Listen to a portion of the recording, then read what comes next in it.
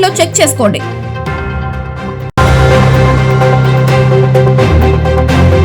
అక్రమాలకు అడ్డాగా మారిన Adoni sub register office.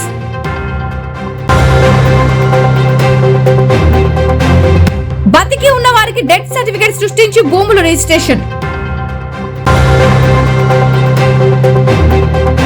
Registration లెక్కల ప్రకారం భూమి విలువ 3,90,00,000. ఈ భూ కబ్జాల వెనుక ఉన్న అసలు సూత్రధారులు ఎవరు? కర్నూలు జిల్లా ఆదోని నియోజకవర్గం ఎన్నికల సమయంలో ఎవరైనా అక్రమాలు చేస్తే తోలు తీస్తానన్న MLA Parthasarathi. Adoni sub register office అక్రమాలకు నిలయంగా మారిపోయింది. ఆదోనిలో భూ కబ్జా అక్రమాలు కలకలం రేపుతున్నాయి. మీ ఆస్తులను వారానికి ఒక్కసారైనా ఆన్లైన్లో చెక్ చేసుకోండి అని మాజీ ఎమ్మెల్యే సాయి ప్రసాద్ రెడ్డి ప్రజలకు హెచ్చరిక జారీ చేశారు. బతికే ఉన్న వారికి డెత్ సర్టిఫికేట్ సృష్టించి భూములు కబ్జా చేస్తున్న ఘటనలపై ఆయన ఆందోళన వ్యక్తం చేశారు. ఇది మాత్రమే కాదు, స్థానిక ఎమ్మెల్యే పార్థసారథిని ఉద్దేశించి మార్పు చేస్తారన్న మీరు ఇదేనా అంటూ ప్రశ్నించారు. ఈ భూ కబ్జాల వెనుక ఉన్న అసలు సూత్రధారులు త్వరలో బయటపడతారని ఆయన అన్నారు. కూటమి ప్రభుత్వంలో ఇలాంటి భూ కబ్జాలు రాష్ట్ర వ్యాప్తంగా జరుగుతున్నాయని, దీనిపై అవగాహన పెంచుకోవాలని ప్రజలకు విజ్ఞప్తి చేసిన మాజీ ఎమ్మెల్యే సాయి ప్రసాద్ రెడ్డి.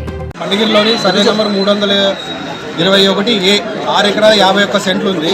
మా నాయన బతికుండగానే చంపి లాస్ట్ ఇయర్ 31/12/2024లో జీపీ తీసుకున్నారు.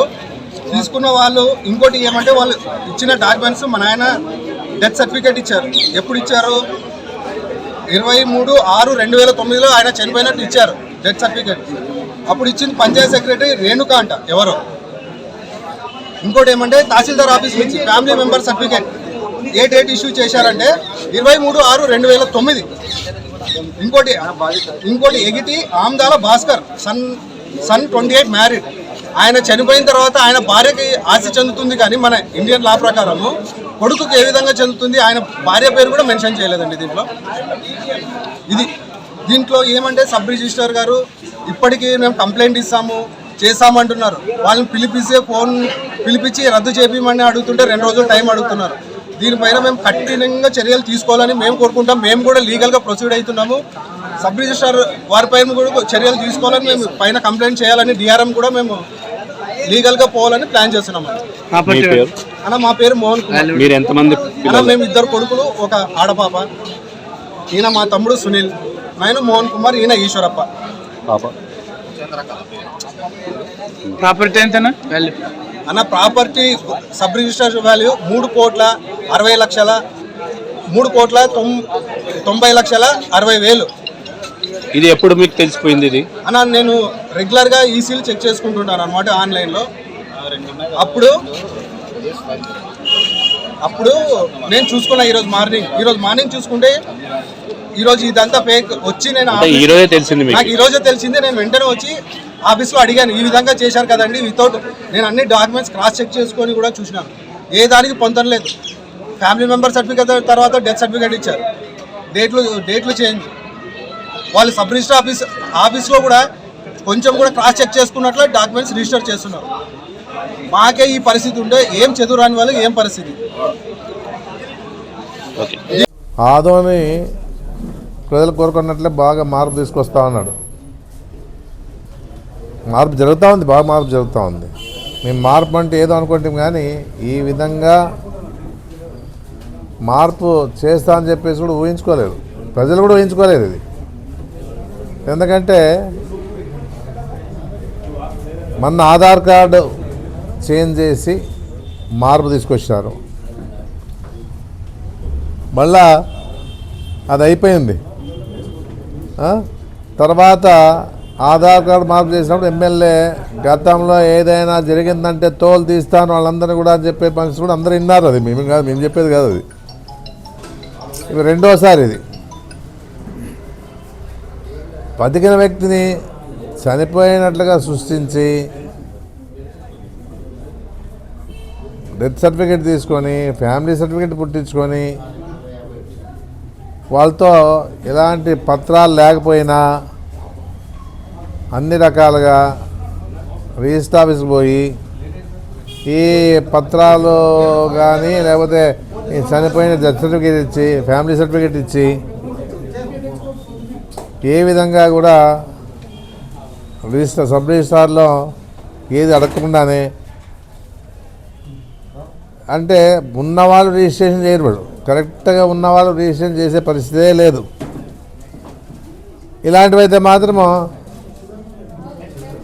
రాజకీయ ఒత్తిడితో చెప్పిన వెంటనే ఇమ్మీడియట్గా స్పందిస్తారు. ఇది ఆదోన్లో జరుగుతూ ఉండే పరిస్థితి ఏమప్పా అంటే ఈ పరిస్థితి ఆదోన్లో జరుగుతూ ఉంది. నేను ఒకటే కోరుతా ఉన్నాను ప్రజలందరూ కూడా, దయచేసి వారానికి ఒకసారన్నా కూడా మీరు ఆన్లైన్లోనా మీ ప్రాపర్టీలు ఉన్నాయా లేదని చేసి చూసుకోండి.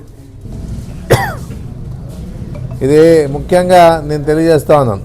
ఇప్పుడు ప్రజలు కూడా తెలుసుకుంటా ఉన్నారు, ఈ విధంగా మార్పు తీసుకొస్తా ఉన్నారని కూడా తెలుసుకుంటా ఉన్నాను. జాగ్రత్తగా మీరేం భయపడొద్దండి, మేము అండగా ఉంటాం. ఎలాంటి సమస్య లేదు, ఏదున్నా కూడా ఇలాంటివి జరగరాదు ఆదోన్లో. ఇంతకుముందు ఎప్పుడు జరగలే, ఇప్పుడు జరుగుతూ ఉన్నాయంటే దీంట్లో పెద్దలు వస్తుందని చెప్పేసి చెప్తా ఉన్నాం. ఇది ఎందుకంటే ఆదోన్లో అయితే మన చంద్రకాంత్ రెడ్డి చెప్పినట్లు ఆదోన్లో వ్యక్తులు అయితే తెలిసిపోతాయని చెప్పేసి పక్క నియోజకవర్గం నుంచి తీసుకొచ్చి ఇవన్నీ కూడా చేస్తూ ఉన్నారంటే వెనక వాళ్ళ పెద్ద వస్త్రంలో అయితే జరుగుతుంది అని చెప్పేసి అడుగుతా ఉన్నాను. లోకల్లో ఉన్న వాళ్ళవే జల్దీ చేయరు, పక్క నియోజకవర్గంలో నుంచి వచ్చి ఇక్కడ చేసుకుంటా ఉన్నారంటే దీనికంటే అధ్వానం ఇంకేముండదు. ప్రతి వారు ఖండించాలి. ఎందుకు భయపడాలా? మన ఆస్తులు మనం కాపాడడానికి ఎవరు అవసరంలే. తిరగబడాలి మనమే, తిరగబడినప్పుడే న్యాయం ఉంటుంది. కానీ తిరగబడిపోతే ఇంకా ఎన్ని జరుగుతాయో చూసుకుంటున్నానని చెప్పేసి మనం చెప్పడం జరుగుతూ ఉంది. ఎన్నో రకాలుగా మా మీద ఆ రోజుల్లో ఆరోపణలు చేశారు, ఒక్కటి కూడా చెప్పలేకపోయినారు. అంటే కొంతమంది కొన్ని తప్పులు జరిగిండొచ్చు, ఎందుకంటే ల్యాండ్ కొన్న వాళ్ళకి డబ్బులు ఇవ్వకపోవడము త్వరగా, ఆ విషయంలో మేము కూడా వాళ్ళు వచ్చినప్పుడు వాళ్ళకి న్యాయం చేసామే కానీ ఏం తప్పుడు పనులు చేయలే. మనకి ఎప్పుడూ ఆలోచనలే లేవు, రాలే. మంచి ప్రాపర్టీ ఏదైతే ఉందో దాని మీద కనబడుతుంది. ఆదోన్లో మాత్రం మంచి ప్రాపర్టీ, మంచి ల్యాండ్ వాల్యూ ఉంటేనే దాని మీద కనబడుతుంది. ఆ పరిస్థితి మనం చూస్తూనే ఉన్నాం. ప్రతి వ్యక్తి, ప్రతి పార్టీ వాడు ఖండించాల్సిందే. ఇది ఈ కూటమి ప్రభుత్వంలో ఈ విధంగా జరుగుతూ ఉందంటేనే ప్రతి వారు ఆలోచన చేయాలని చెప్పేసి చెప్పడం జరుగుతూ ఉంది. ఎందుకంటే మీరు ఈ మార్పు కోరుకోలే, మీరు ఈ మార్పే కోరలే. గతంలో తప్పులు జరిగిపోయినాయి అనే ఆలోచన మీకు వాళ్ళు కల్పించినారు కాబట్టి మీరు నమ్మినారు.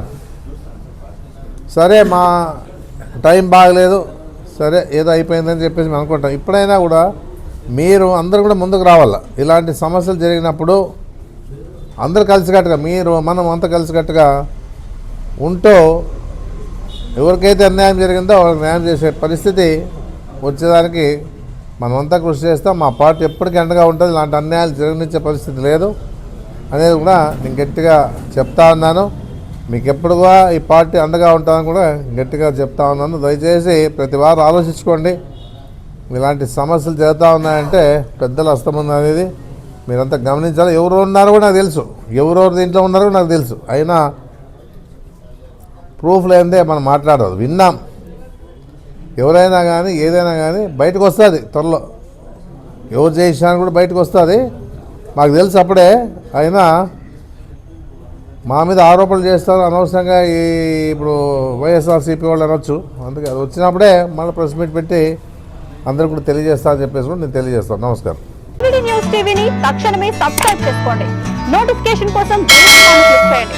మరిన్ని అప్డేట్స్ కోసం ప్రతి ఒక్క కుటుంబానికి ఉచిత ప్రకటనలు వచ్చే విధంగా మీకోసం మీ ముందుకు వివిడి న్యూస్ టీవీని ఏపీ ఫైబర్ నందు 99వ ఛానల్ మరియు యూట్యూబ్ నందు వీక్షించెదరు.